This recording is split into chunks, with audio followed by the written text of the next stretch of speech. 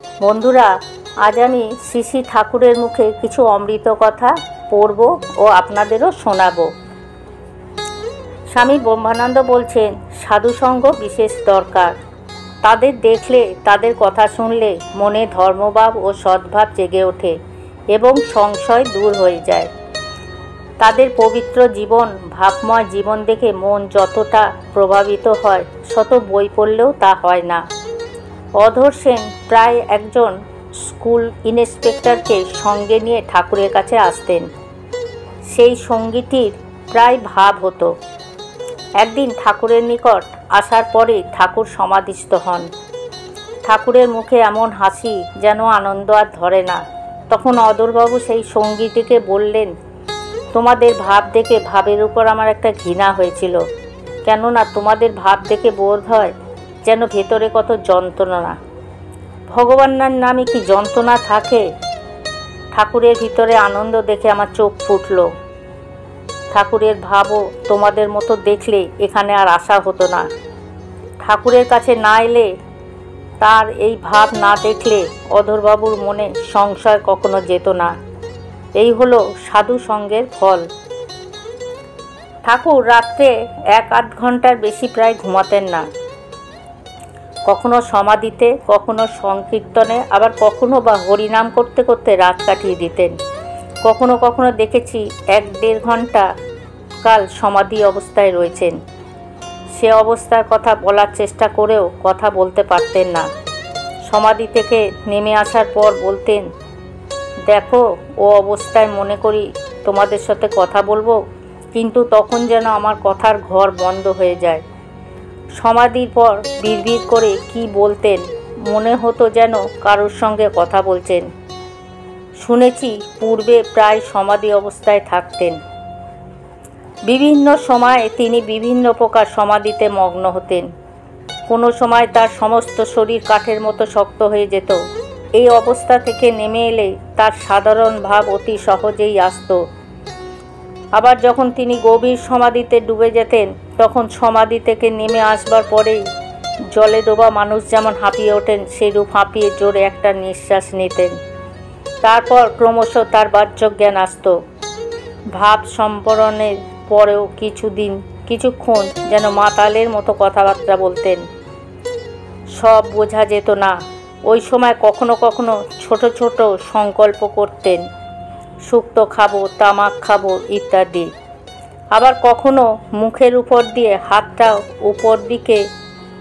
উপর থেকে নিচের দিকে টানতেন। বাহ্যিক সহায়তা বিশেষ কিছু না পেলেও ঠাকুরের দ্রুত আধ্যাত্মিক উন্নতির কারণ তোমরা কি মনে করো? একটু জন্মগত সংস্কার ছাড়া আর বিশেষ কিছু দেখা যায় না। একজন সাধু তাকে রামলালা নামে একটি ধাতু মূর্তি দিয়েছিলেন। ঠাকুর সেই মূর্তিকে যখন গঙ্গায় স্নান করাতে নিয়ে যেতেন, তখন সেই মূর্তি গঙ্গায় সাঁতার কাটত। একথা ঠাকুর নিজে বলেছেন। এই অবস্থায় তোমরা জড় আর চৈতন্যের বিভাগ কি করে করবে? ঠাকুর বলেছিলেন, প্রথম তার সাধু হবার বিশেষ কোনো ইচ্ছা ছিল না, কিন্তু এমন একটা ঝড় বয়ে গেল যাতে তার সব ওলটপালট হয়ে গেল। কাশীপুর বাগানে লীলা সম্বরণের কিছু আগে ঠাকুর অনন্তের কী সব ধারণা দিতেন। একদিন আমি, গিরিশবাবু, স্বামীজি, শশী ও নিরঞ্জন আছি। আমরা তখন ছেলে মানুষ। গিরিশবাবু আমাদের মধ্যে প্রবীণ আর অত মেধাবী। ঠাকুরের মুখে অনন্তের সম্বন্ধে 2-4 কথা শুনেই বললেন, আর ধারণা হচ্ছে না।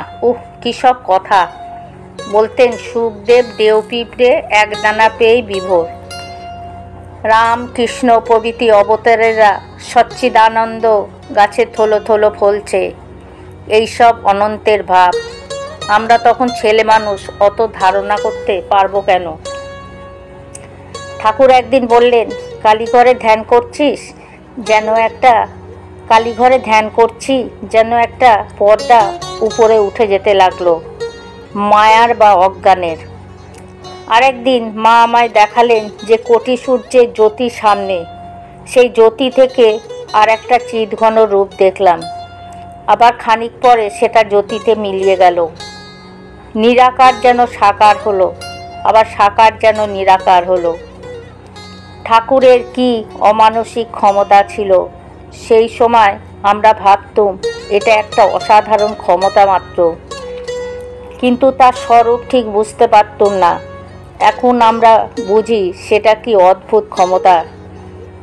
একদিন ঠাকুরকে বললাম, মহাশয়, কাম থেকে মুক্ত হতে পারছি না, কি করব? ঠাকুর কতগুলো শব্দ বিড়বিড় করতে করতে আমার বক্ষস্থল ছুঁয়ে দিলেন। চিরকালের মতো কাম আমার কাছ থেকে সরে গেল। সেই থেকে তার অস্তিত্ব টের পাইনি। দেখো কি আশ্চর্য ব্যাপার!